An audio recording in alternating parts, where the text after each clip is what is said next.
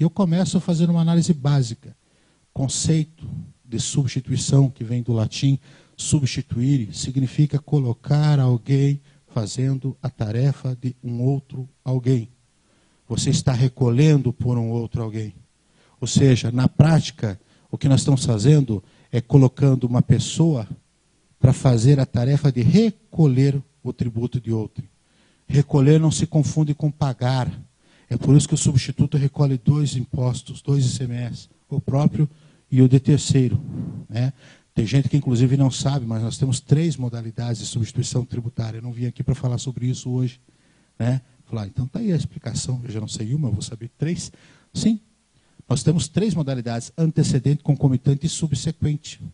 E elas são vinculadas em relação ao momento em que deveria ser devido o tributo e o momento em que ele acaba sendo.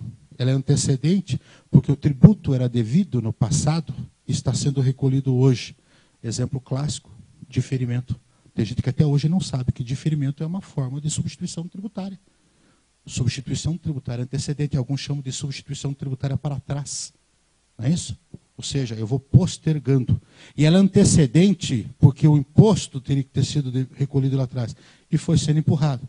Para quem já fez treinamento comigo, sabe da história, né? Da semente que vira muda, que vira planta, que vira árvore e que depois vira a rebimboca da parafuseta.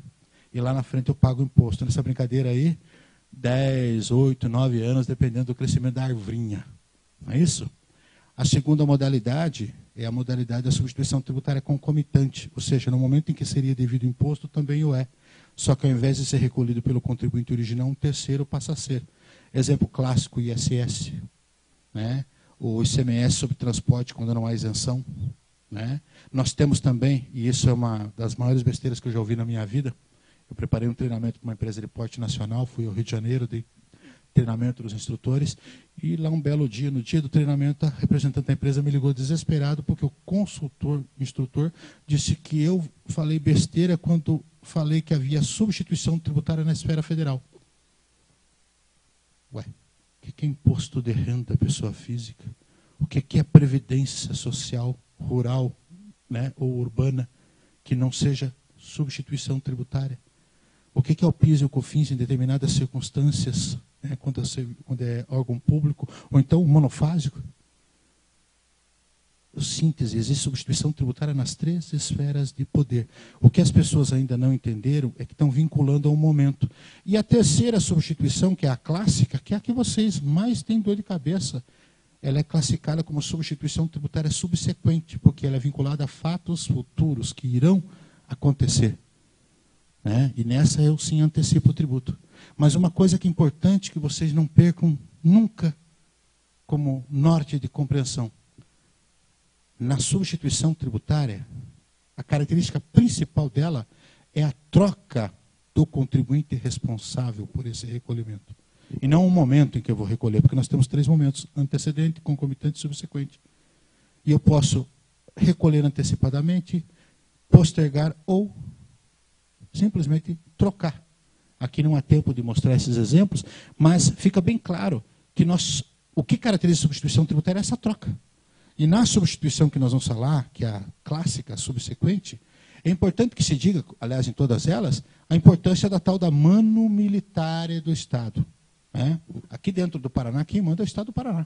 Aliás, está lá no texto constitucional, artigo 155, né, que quem tem competência para instituir o ICMS no Estado é o Paraná. São Paulo é São Paulo, Minas é Minas, Acre é o Acre. Agora tem que falar em Acre, né, porque é candidato a presidente, né, então tem que citar o Acre. Né? É do Acre, né? A Marina, né? É isso, né?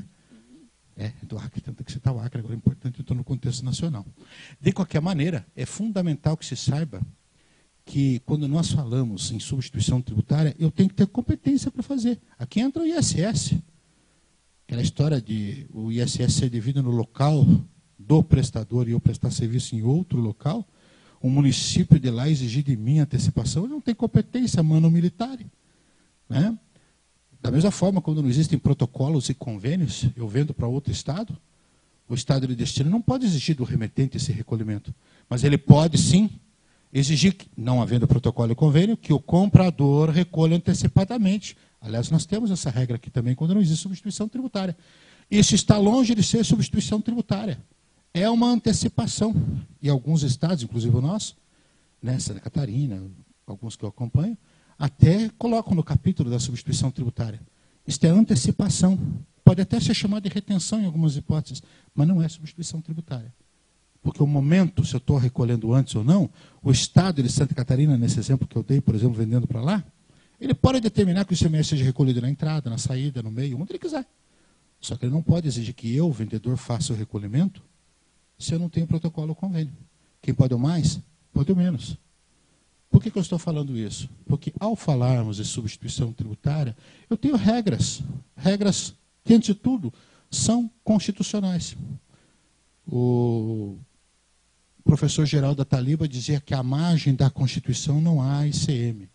Hoje, à margem da Constituição, eu continuo dizendo que não há que se falar em ICMS.